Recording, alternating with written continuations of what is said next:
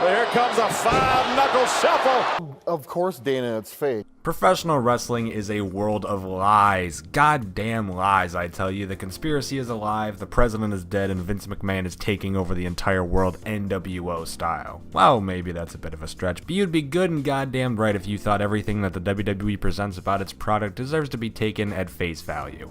I'm D Wicket, and these are the 10 wrestling secrets that the WWE doesn't want you to know about. Number 10, they add in noise after the fact.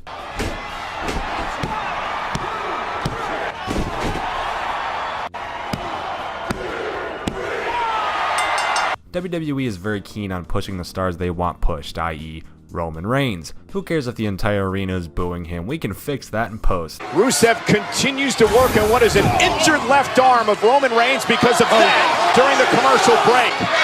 You think about how much this could hamper Roman's offense. I mean, how difficult will it be for Roman to deliver us during the commercial break? Back in the good old days before SmackDown Live, it was very much commonplace for the pre-taped shows to be tampered with after the fact if the live crowd wasn't living up to the Vince McMahon standard. But there were some instances of WWE trying to pull this off live, and wow, that did not work. The referee by the throat, good grief! Man, that is some power.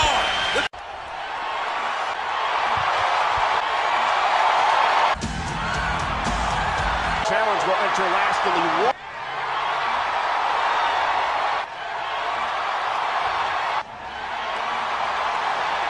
Number 9, wrestlers aren't all living lavishly. While it's absolutely true that men like Brock Lesnar and John Cena manage to cater the system to their liking and come out each year of work with more money than I've ever dreamed even existed, not everyone is a Brock Lesnar or a John Cena caliber draw. I mean, there's a slight difference between John Cena and Bo Dallas. One of them was a champion in 2018.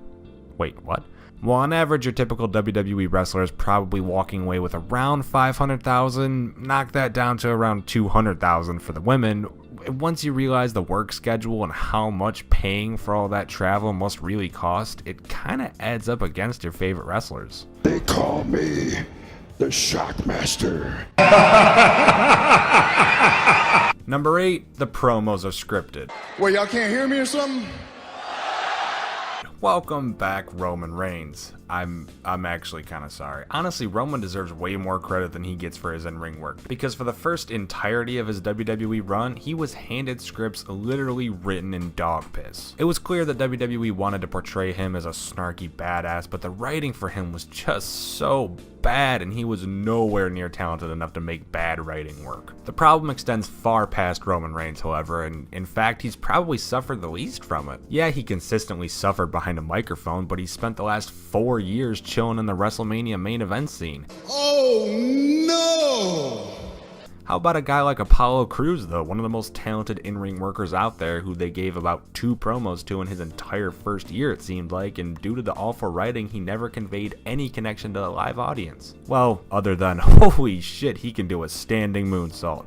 Bravo, sir. The writing just isn't good enough to justify handing every single wrestler a script instead of letting them do their own thing. Once upon a time, there was a little boy named Roman Reigns. He had magic beans. Would you like to know what he found? This is ridiculous. I'm the beast and the best in the world. Paul, say something stupid. It's not my fault. Any other questions? Number 7, feuds are written months in advance. Pretty much ever since Goldberg left the equation, WWE haven't gotten the idea of Brock Lesnar being conquered by Roman Reigns out of their head. Literally up until SummerSlam, which just happened. Goldberg hadn't wrestled since April of 2017. It's August of 2018. It's been a year and a half. This is how ridiculously long-term Vince McMahon plans out what he wants. It's definitely a good idea to plan ahead for the future, but there's also a difference between planning ahead and planning way too much, especially when it seems so inconsistent. Vince seems to have a few ideas that he has long-term plans for, and then everything else he just lets the different writers handle week by week. This leads to continuity errors, bland matchups, boring storylines, and in comparison, the stuff they actually invest the months into, well, you see the Universal Championship picture for the last year and a half? You actually think you deserve a shot at this? You don't deserve buddy. Number 6, weapons are fake. Everyone knows this to an extent. You know when AJ Styles is slamming a chair into the back of Dean Ambrose that he isn't actually being crushed with steel, but I don't think people fully realize just how much of the WWE equipment is specially set up to look real, but really isn't. The announcer's desk is hollowed out and cushioned, the steel steps don't actually weigh 400 pounds and aren't actually made of steel, ladders are made out of wood, and Triple H's sledgehammer isn't really a sledgehammer, it's a shovel. No, I'm kidding, but rumors have spread around that being hit with that sledgehammer is basically like being hit with a plastic sledgehammer, which, I mean, kinda makes the Bludgeon Brothers laughable when you think about it. Grief! There's no way to prepare for something like this. Uh-oh. Oh! Watch out! Oh! Yeah, he Stone Cold Steve Austin. Run. Oh my God! 3 men taken out. Look out! Look out! Here we go! Oh, good grief! Number 5, the rivals are usually friends. I mean, this can't be too much of a surprise as wrestling is all scripted. You wouldn't really imagine on-screen rivals to actually hate each other, but that being said, maybe it's not for the best when wrestlers who are actively feuding on screen at the time are posting pictures with each other on social media. Roman Reigns and Braun Strowman had one of the most vicious feuds of 2017, a bloody rivalry that saw Last Man Standing, a tipped ambulance, and Braun literally never being finished with anyone. And despite this, here's a picture they posted in the midst of this on Instagram because fuck continuity. I'd like to wish you good luck. Wish you good luck.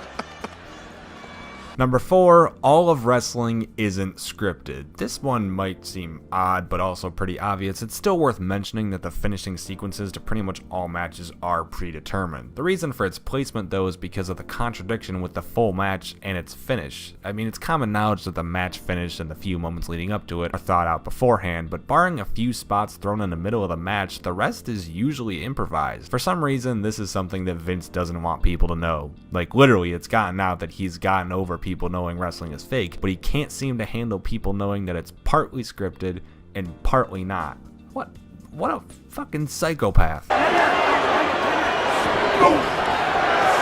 top! Wait, the thing was over! What the hell is going on here? And Cena now going with the heat over the top! What the hell is going on here? Number 3, wrestlers know when the commercials are. Thanks to cues from the referees, cameramen, and anyone else near ringside, the wrestlers in the ring always know when a commercial is coming up. WWE probably wants us to believe that the action is going on during, the duration of the match, but when almost every single match has a commercial break, and more often than not, commercial breaks will just be ref holds. The only time something cool happens on a commercial break is so that Michael Cole can occasionally say, "Take a look what happened while we were on commercial break," to try making it seem action-packed during the commercials. It's not. For me! You do not cheer for him! You keep your mouth shut and look what happened to me! Number 2, the commentator's ear. Imagine trying to call the action of a pro wrestling match. Now imagine trying to call the action of a pro wrestling match with Vince McMahon in your ear. You understand the problem with the commentary.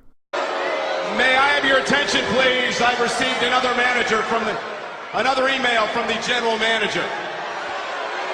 Honorable mention goes out to the never-ending backstage politics that lead to events such as the Madison Square Garden curtain call, the pipe bomb, and Shawn Michaels looking like this. Let us know in the comments down below with the hashtag DW what your favorite Shawn Michaels as an asshole moment is. And number 1, Vince always has the final say. We'll end this on an easy one because at the end of the day, folks, no matter how great the talent on the roster is, no matter what the crowd is supporting, and no matter who they're in favor of, no matter what storylines and angles are just too easy to write themselves, and no matter how much money WWE is just losing out on that they could have, as long as he lives, Vince McMahon is going to be in charge of what happens in the WWE, and he gave us Festus.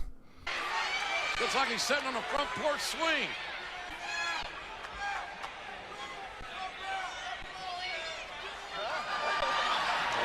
As soon as the bell rings, Festus turns back to this ice cream truck. Well, ladies and gentlemen.